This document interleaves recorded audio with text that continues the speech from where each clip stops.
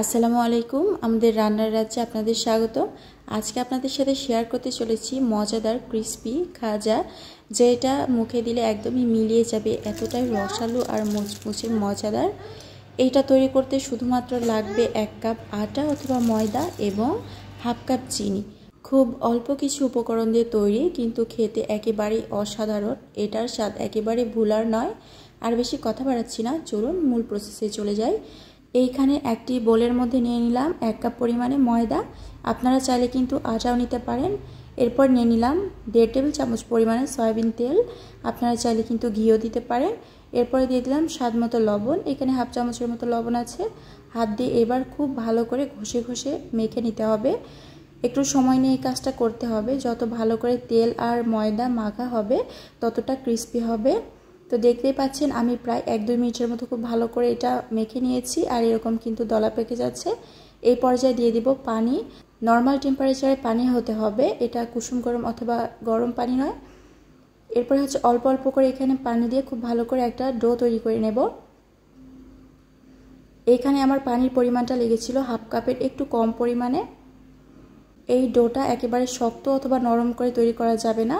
খুব ভালো করে এটা হচ্ছে মেখে নিয়েছি। এবার সামান্য একটু তেল দিয়ে এটা হচ্ছে রেস্টে রেখে দেব। খুব বেশিক্ষণ রেস্টে রাখার প্রয়োজন নেই। এটা শিরা তৈরি করতে যতটুকু সময় লাগবে ঠিক ততটুকুই রেস্টে রেখে দেব। এবার হচ্ছে শিরা তৈরিতে আসলাম। এখানে হাফ কাপ দিয়ে দিলাম চিনি। এরপরে দিয়ে দিলাম 1 কাপ পানি। আপনারা হচ্ছে এলাচ ব্যবহার না করলে এখানে হচ্ছে পানির পরিমাণটা হাফ কাপই দেবেন। আমি 1 কাপ পরিমাণে পানি দিলাম, কারণ হচ্ছে এলাচ ব্যবহার করব। আমার এই খাজাতে এলাচের ঘ্রাণটা খুব ভালো লাগে।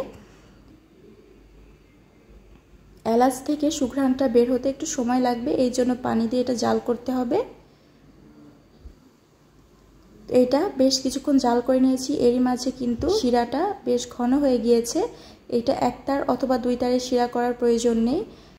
চুলার জালটা বন্ধ করে শিরাটা ঠান্ডা হওয়ার জন্য রেখে দিলাম। আর এইদিকে 6-7 মিনিট পরে আমি হচ্ছে খামিরটা আবারও একটু ময়ান দিয়ে নিয়ে এবার হচ্ছে রুটি বেলার জন্য আমি কয়েকটা লেচি কেটে নেব। এখানে হচ্ছে আমার মোট 5টি লেচি হয়েছে। আপনারা কিন্তু ছোট বড় করে রুটি বানানোর জন্য সেরকম করে লেচি কেটে নেবেন।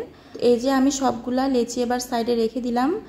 এইবার হচ্ছে একটি ছোট বাটিতে আমি হচ্ছে একটা আঠা তৈরি করে নেব। এখানে নিয়েছি 1 চামচ পরিমাণে ঘি, তার সাথে দিয়ে দিলাম 1.5 চামচ পরিমাণে সাদা তেল। ঘিটা দিলে কিন্তু খাজার ফ্লেভারটা অনেক সুন্দর আসে। চেষ্টা করবেন এই পর্যায়ে ঘি দিতে, আর ঘি না থাকলে আপনারা কিন্তু সাদা তেল দিয়েও তৈরি করতে পারেন। তারপরে দিয়ে দিলাম এখানে 2 চামচ পরিমাণে কর্নফ্লাওয়ার। আপনারা কিন্তু কর্নফ্লাওয়ারের পরিবর্তে ময়দা দিতে পারেন, তবে চেষ্টা করবেন আটা ব্যবহার না করতে। ময়দা দিলে লেয়ারটাও খুব সুন্দর করে খুলে যায়, তবে আটা দিলে এইটা একটু কম হয়, তবে তবুও খুলে যায় লেয়ার। তো যাই হোক, যেটা দিয়ে সুবিধা হবে সেটাই ব্যবহার করবেন, তবে তেলের পরিমাণটা একটু বেশি রাখবেন। তো আমি এটা খুব ভালো করে মাখিয়ে সাইডে রেখে দিয়েছি। আর এদিকে একটা লেচি নিয়ে আমি এবার হচ্ছে রুটি বানিয়ে নিলাম। সামান্য একটু ময়দা ছিটিয়ে আমি খুব ভালো করে পাতলা করে একটা রুটি তৈরি করে নেব। যতটা সম্ভব পাতলা করে রুটি বেলতে হবে। তো আপনারা দেখে নিশ্চয়ই বুঝতে পারছেন এটা কতটা পাতলা হয়েছে। দেখুন নিচে হাত দেখা যাচ্ছে, ঠিক এরকম পাতলা করতে হবে। আমি এক এক করে 5টি রুটি বানিয়ে নিয়েছি। এইবার হচ্ছে খাজা তৈরি করার পালা। তো এই জন্য আমি একটি রুটি খুব ভালো করে বিছিয়ে নিয়েছি। এরপরে দিয়ে দিলাম ঘি আর কর্নফ্লাওয়ারের সেই মিশ্রণটা। চারিদিকে একটি ব্রাশের সাহায্যে খুব ভালো করে মেখে নেব। এরপরে আরও একটা রুটি দিয়ে নেব। আপনারা চেষ্টা করবেন ভেতরে কোনো রকমের বাতাস না রাখতে। আমি হচ্ছে যখন রুটিটা দিয়েছি তারপরে ভেতরে বাতাস ছিল, যার কারণে কিন্তু লেয়ারে একটু ফাঁকা ছিল, সেটা পরে দেখা যাবে। চেষ্টা করবেন এই সময় হাত দিয়ে কিন্তু একটু চেপে চেপে ভেতর থেকে বাতাসগুলো বের করে দিতে। তো এক এক করে আমি সেমভাবে 5টি রুটি দিয়েছি। আর চেষ্টা করবেন তেলের পরিমাণটা বেশি রাখতে। এটা কিন্তু বারবার বলছি, কারণ তেলের পরিমাণটা এখানে কম হলে কিন্তু লেয়ারগুলো খুলতে চায় না। তো দেখতেই পাচ্ছেন এইভাবে এবার ভাঁজ করে নিলাম, রোল করে ভাঁজ করে নিতে হবে। এইবার হচ্ছে কেটে নেওয়ার পালা। আমি সমানভাবে প্রথমে দাগ করে নিয়ে তারপরে হচ্ছে কেটে নিচ্ছি। তো দেখুন ভেতরে বাবলস থাকার কারণে কিন্তু এরকম ফাঁকা ফাঁকা হয়েছে। এই জন্য রুটি দেওয়ার সময় কিন্তু হাত দিয়ে চেপে চেপে বাতাসগুলা বের করে দিতে হবে। তো আমি সবগুলাই এবার সাইডে রেখে দিয়ে এবার খাজা তৈরি করে নেব। এই জন্য আমি যে লেয়ারগুলো খুলে যেতে পারে সেখানে পানি দিয়ে খুব ভালো করে আটকে দিয়ে তারপরে হচ্ছে এরকম হালকা একটু চাপ দিয়ে পাতলা করে রুটি বেলে নিচ্ছি। এটা কিন্তু অনেক বেশি পাতলা করা যাবে না, আবার এটা খুব বেশি মোটাও রাখা যাবে না। তো দেখুন আমার সবগুলাই খাজা তৈরি করা হয়ে গিয়েছে, আর এটা আমি পুরোতরে কেমন রেখেছি সেটাও কিন্তু দেখিয়ে দিচ্ছি। এইবার খাজাগুলো ভাজার জন্য চলে আসলাম। এখানে একটি প্যানে আমি পর্যাপ্ত পরিমাণে তেল দিয়েছি। তেল হালকা গরম হলে তখন খাজাগুলো দিতে হবে।